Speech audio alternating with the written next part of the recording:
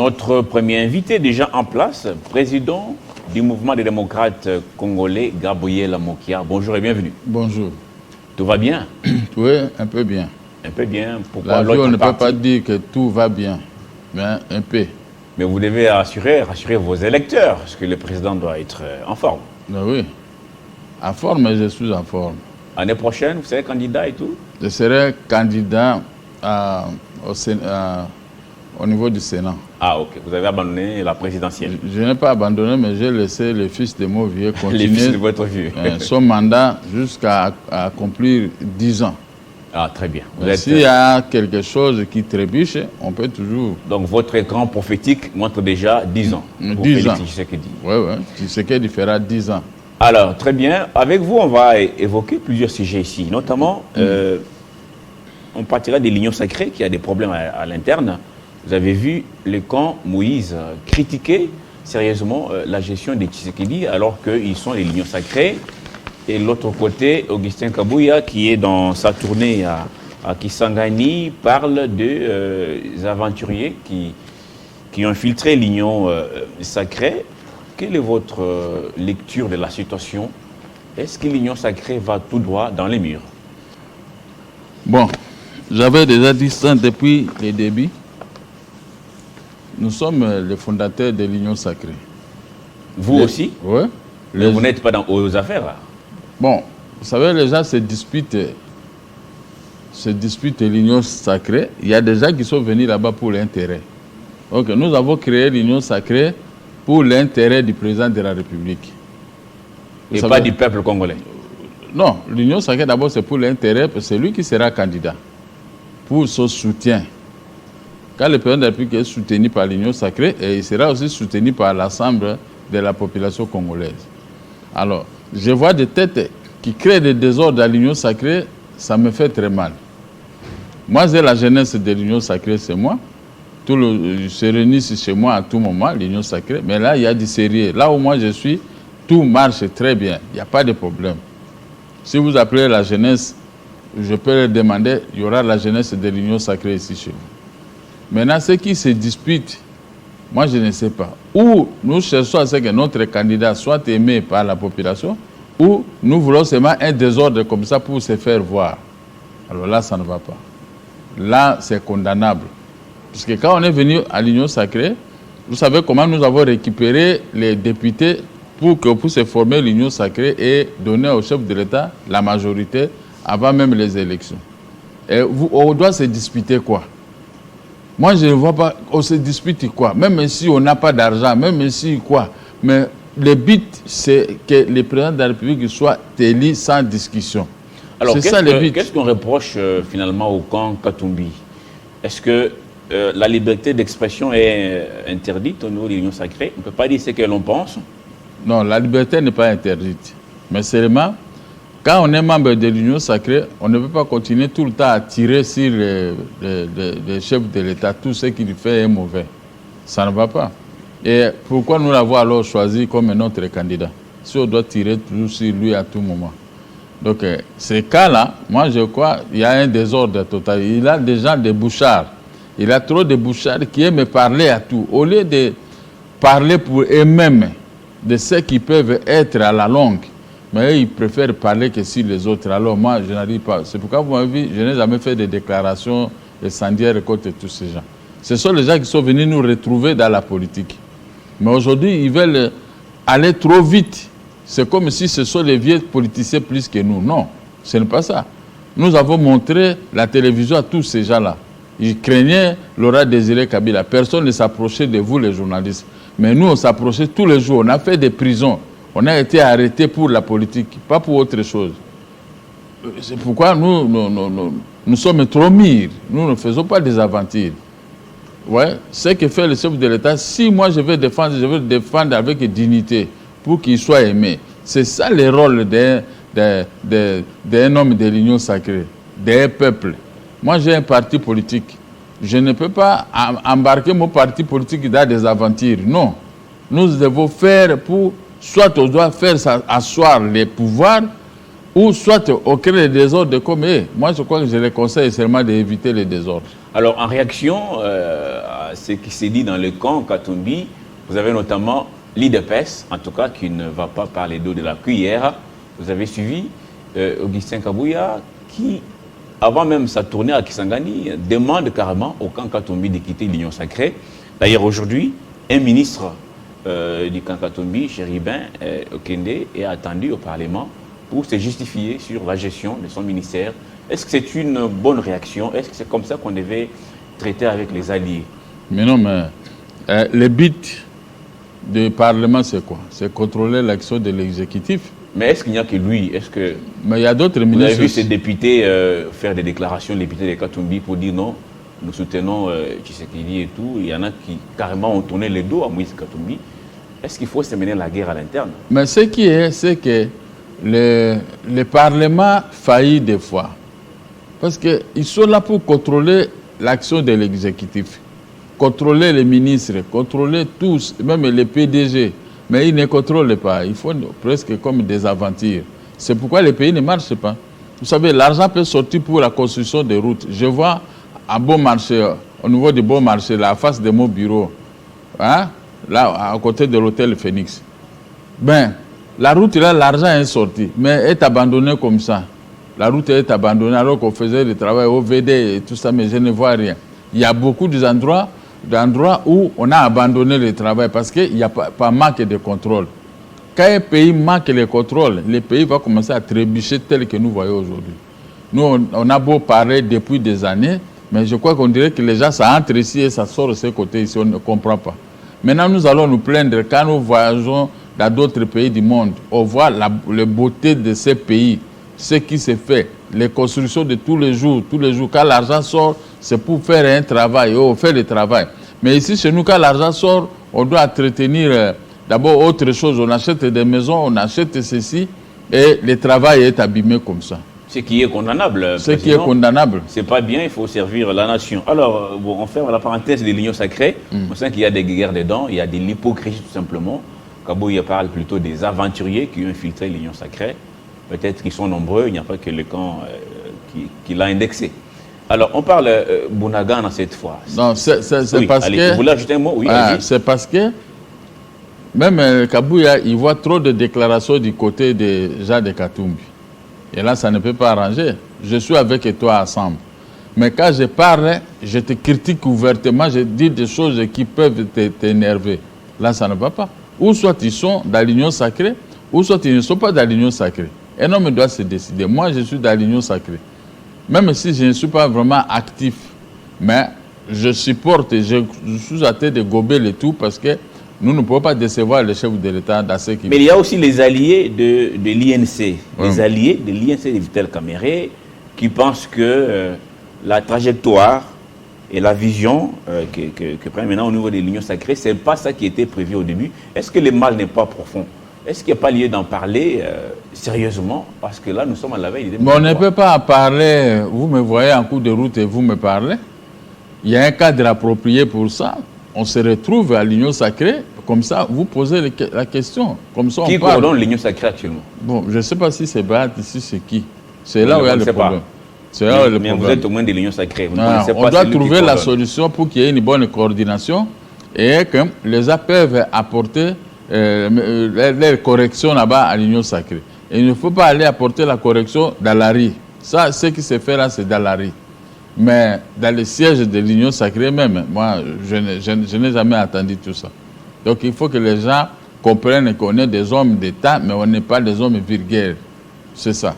Alors, Bunagana, j'ai annoncé ça au début, entre les mains des Rwandais. Oui. À travers l'M23, ce sont les Rwandais. Ouais. Le Rwanda qui a pris notre portion des terres, du territoire national, ça fait plus de 4 mois. À l'époque, vous disiez que si je suis nommé ministre des Finances, je vais attaquer des défenses plutôt, je vais attaquer les Rwandais, voilà, et vous faisiez beaucoup de déclarations. Actuellement, tout ce que le président Tshisekedi a entrepris, cette diplomatie, il est allé vers les voisins, il a parlé à la communauté internationale, ça ne tient pas la route. Est-ce qu'il y a une autre formule beaucoup plus appropriée? Parce que ces gens sont à Bunagana, les appels de gauche à droite n'ont pas trouvé gain de cause. Est-ce qu'il y a une autre formule adaptée? Il faut les vaincre militairement. À ce moment, il faut respecter la République démocratique du Congo. Vous ne pouvez pas aller à France et former une rébellion et vous prenez une ville de la France et comme ça, vous êtes là à Montpellier, ça devient un camp où la France n'a pas droit dans cette ville. Non? On a pris Bunagana. Nous avons bon parlé. Moi, j'avais dit, si j'avais l'armée aujourd'hui, tout cela ne pouvait pas arriver. Parce que quand on est ministre de la Défense, c'est-à-dire qu'on est technicien en matière, on ne peut pas accepter que X puisse entrer là où il y a Y. Non, ce n'est pas possible. Alors, donc, ce qu'on peut faire, le chef de l'État doit recruter les militaires. Il y a trop de jeunes ici qui vendent des cartes pour payer sur les grandes avenues. Des chômages inutiles qui sont devenus même des koulouna. Alors, il faut ramener tous ces jeunes-là dans l'armée et la police. Comme ça, nous allons utiliser notre propre force pour récupérer Bunagana. Il n'y a rien de grave. Si on a des armes, on peut acheter des armes même chez Poutine. Mais lorsque le secrétaire de l'ONU dit que l'M23 a des armes sophistiquées, même plus que celles de la MONUSCO, est-ce que ça ne vous dit pas quelque chose? Ça, c'est lui qui dit. Mais lui n'est pas la République démocratique du Congo. Nous devons nous préparer nous-mêmes pour vaincre une rébellion. Nous ne pouvons pas suivre les paroles du secrétaire général de l'ONU qui a détourné sa mission. Le but de la création de l'ONU, c'est pour contraindre les pays riches si puissants contre leur hégémonie contre les pays pauvres. Mais aujourd'hui, quand lui-même qui a la force mondiale, il sort pour commencer à vanter la force de M23, c'est-à-dire qu'il nous a abandonnés tous. Parce que l'ONU ne peut pas nous abandonner, parce que nous sommes membres. Oui, il est lui-même complice. Il est complice parce qu'il dit que ces gens-là sont sortis de quelque part. C'est qu'ils sont sortis dans son pays d'origine, qui est le Portugal. Moi, j'étais là, j'allais entrer au Portugal, je me suis limité vers les frontières, mais j'ai compris que ce monsieur est contre nous. Comment vous êtes chef de l'ONU? Vous pouvez me permettre, moi, d'aller créer des problèmes dans un pays voisin? Non, ça ne peut pas se faire. C'est pourquoi j'ai dit ici, notre armée doit s'arranger, demander au chef de l'État, les techniciens doivent aller chercher des armes sophistiquées auprès de Poutine. Comme ça, nous pouvons bombarder Bunagana à une journée, nous devons mettre fin à toute cette occupation. Il y a une nouvelle mise en place dans l'armée. Est-ce que ça doit être la première priorité, Bunagana, avec cette nouvelle mise en place, avec un nouveau chef d'état-major général et tout? Est-ce que c'est quelque chose qui remet sur la table cette question qui doit être une priorité parce que depuis un temps, on est resté silencieux? Le recrutement des militaires s'impose. Premier état, si moi j'étais nommé ministre de la Défense, je pouvais seulement commencer à recruter les militaires et les donner les directives très précises. Comme ça, comme on a attaqué Bunagana, nous allons attaquer Bunagana jusqu'à éliminer tous ces rebelles-là.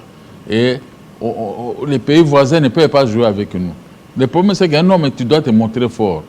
Si tu te montres que tu es faible, tout le monde, même les faibles, vont commencer à s'occuper de toi. Donc, il faut toujours dans la vie montrer que vous êtes un homme dynamique, capable de faire, d'affronter les réalités d'aujourd'hui. Bunagana est à l'intérieur de la République démocratique. Comment nous pouvons perdre ça? On est tenté d'ériger les murs tout autour de Bunagana pour dire que c'était un autre pays. Mais c'est quel pays? Et on ne sait même pas ce qui se passe à Bunagana, s'il y a des travaux de construction des bases militaires et autres par ces fameux Rwandais qui sont là-bas, qui font tout et n'importe quoi. Le Rwanda entre tous les jours là-bas. Il y a des politiques qui évoquent maintenant les dialogues.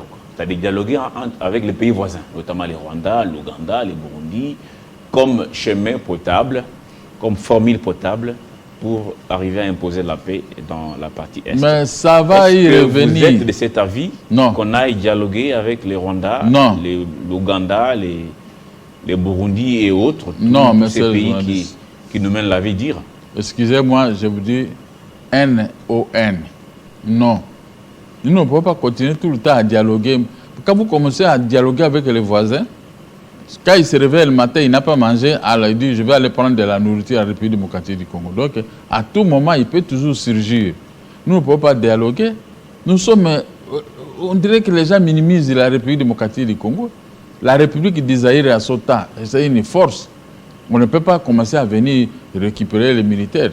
Paix à son âme, mon frère général Louki, voilà les gens qui ont tenu tête à tous les pays, aux 9 voisins de la République démocratique du Congo.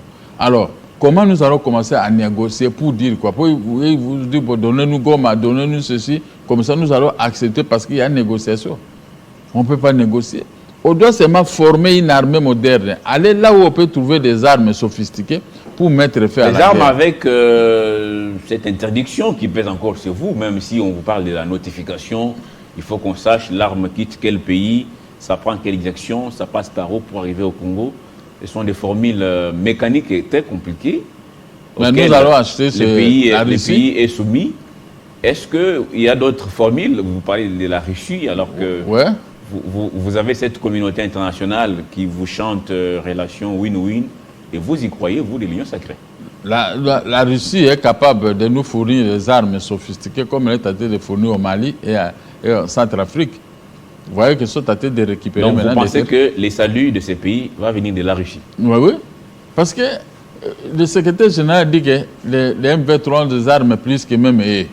Maintenant, nous pouvons chercher où se trouvent les armes plus que ces armes des M23 pour combattre les M23 et récupérer Bunagana pour qu'ils puissent revenir congolais.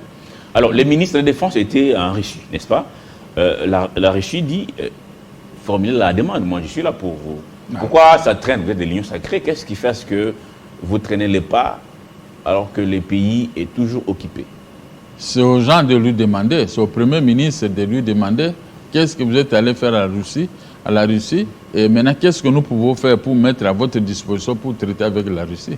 Si réellement vous y tenez de dédouaner la République démocratique du Congo sur la prise de M23. Il faut voir. Je suis venu chez vous, c'est pour faire quoi? C'est pour passer dans une émission. Si je sors, me pose des questions à la maison, je vais m'expliquer que voilà, à la télévision, on a parlé de ça et de ceci. Mais il faut qu'on fasse, alors, il faut qu'on explique à la population congolaise qu'est-ce que le ministre de la Défense était parti faire à la Russie. Mais pourquoi la situation traîne? Comment il n'y a pas des offres lancées pour engager les jeunes militaires, les recrues, pour les former, pour le bonheur de notre peuple? Le problème, c'est des militaires. Il faut former une police qui respecte la justice, une police qui respecte les lois. Mais quand on ne forme pas une police qui respecte la loi, et des militaires qui ne respectent pas la loi, alors là, on est tenté de faire un travail inutile. Nous avons notre armée loyaliste déjà, qui, vous dites, l'armée doit faire ce travail pour déloger M23 au niveau du Bunagana. Ouais. Mais vous avez la MONUSCO, qui est l'ensemble des armées du monde. Vous êtes allé chercher l'armée ougandaise qui est venue dans cette mutualisation. Et cette fois-ci, ce sont les Kenyans qui arrivent, les Burundais, d'autres vont venir, y compris les Tanzaniens. Est-ce qu'on ne se complique pas en allant faire appel aux uns aux autres? Ça devient pour une question qui devait être résolue à l'interne. Ça devient comme un cercle vicieux. Moi, quand j'étais en prison, j'avais vu que la même l'ONU avait demandé à certains pays de venir nous aider. On nous a donné 3000 militaires qui avaient chassé les M23 à cette époque, qui occupaient partout. Maintenant, aujourd'hui, les mêmes M23 surgissent de quelque part, ils sont venus encore occuper la République démocratique du Congo. Comment je peux dire ça? Donc, les M23 qui sont beaucoup plus forts que l'ONU. Alors que nous, on comptait sur l'ONU qui a beaucoup de militaires au Congo. Et ces militaires-là, on dirait qu'ils ne se battent pas. Ils ne sont pas venus dédouaner les pays de l'occupation. On rentre toujours dans l'occupation. Le pays ne peut pas être gouverné sur base de l'occupation. Nous devons fournir un effort considérable pour qu'on nous trouve que ce pays-là a des têtes, a des hommes beaucoup plus forts qui peuvent défendre leur continent. Vous savez, nous sommes en Afrique, chacun pour soi, hein. Chacun a son pays. Vous n'allez pas commencer seulement à regarder les pays de l'autre pour venir vous aider. Alors à ce moment-là, on devient trop faible. Moi, je refuse d'être faible dans un pays que Dieu nous a donné, un grand pays avec ses richesses. Nous devons être forts. Comme ça, quand un journaliste comme vous parlez, vous êtes fier. Vous avez la fierté de parler parce que vous savez qu'il y a la force dans le terrain.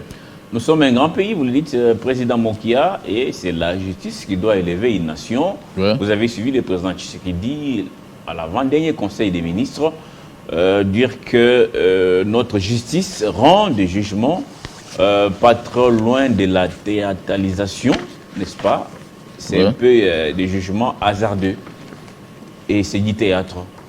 Qu'est-ce que le président Tshisekedi devait faire pour ne plus se plaindre? Parce que cette justice, vous-même, vous êtes à Kinshasa, vous voyez ce qui se passe. On ramasse quelqu'un lundi, le soir, il est en prison. Mardi soir, il est dehors, comme quoi son dossier est vide. Gabriel Mokia, quelle est votre réaction? En tout cas, je ne suis pas de cet avis de tous ces gens qui racontent n'importe quoi. La justice congolaise est bonne. Est bonne selon vous? Est bonne, mais le président Tshisekedi s'inquiète du jugement rendu. De temps en temps, ce n'est pas loin du théâtre. Ce sont les animateurs, hein, les policiers, c'est la police qui est contre la justice congolaise. Là, vous parlez de vous-même, avec vos maisons. Qui vous savez pas, parce que là, je vois que vous avez amené tout un syllabus de dossiers. Mais le dossier que j'ai amené, je n'arrive pas à retrouver ça ici. Les dossiers, donc pour vous, la justice fait son travail, mais ce sont les policiers qui nous aident. C'est les policiers qui refusent. Qui ne vous aident pas, vous.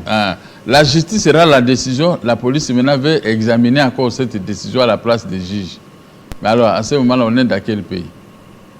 On est dans quel pays?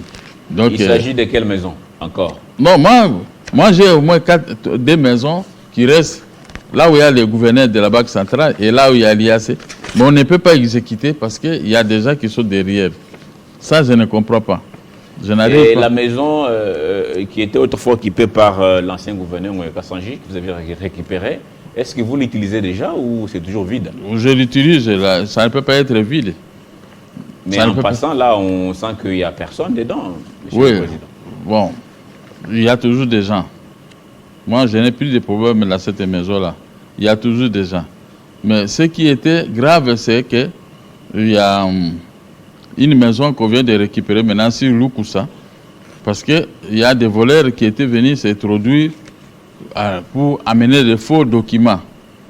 Bon, je sais la tête et je peux en parler. Tous ceux qui occupent vos maisons, y compris d'ailleurs l'ancien gouverneur que vous aviez délogé, chacun a des documents, les mêmes documents que vous avez, ils les ont aussi. Est-ce que ce n'est pas cette justice que vous vantez qui a rendu mauvais service?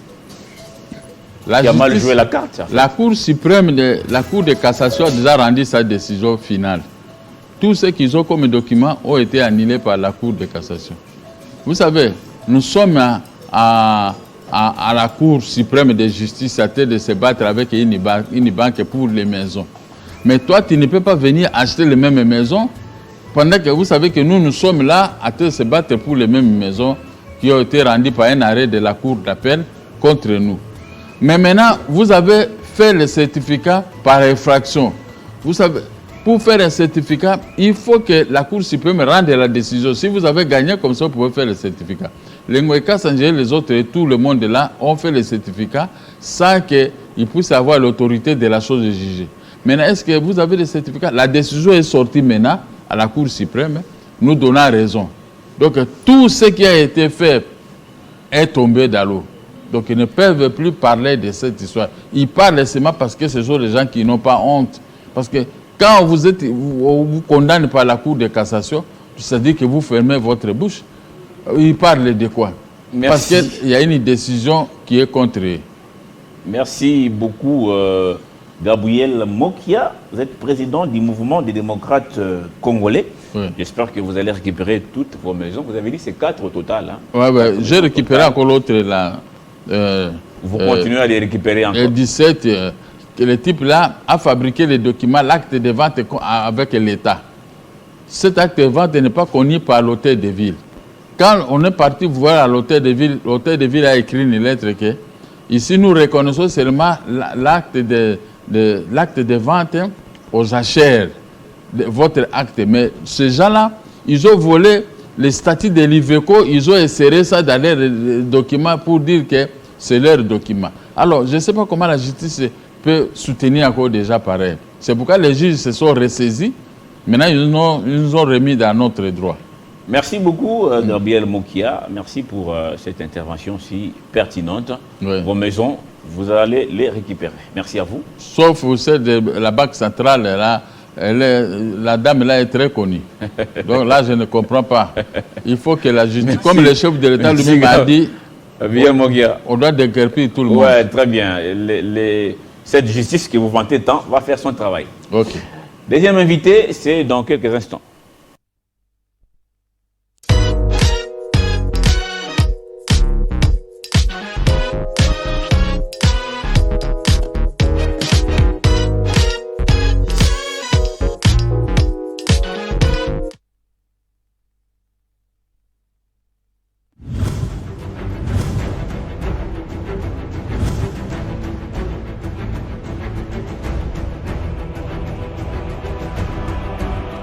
Le dimanche dernier, après le verdict des urnes, Macron avait en tout cas 28% et Marine Le Pen 23%.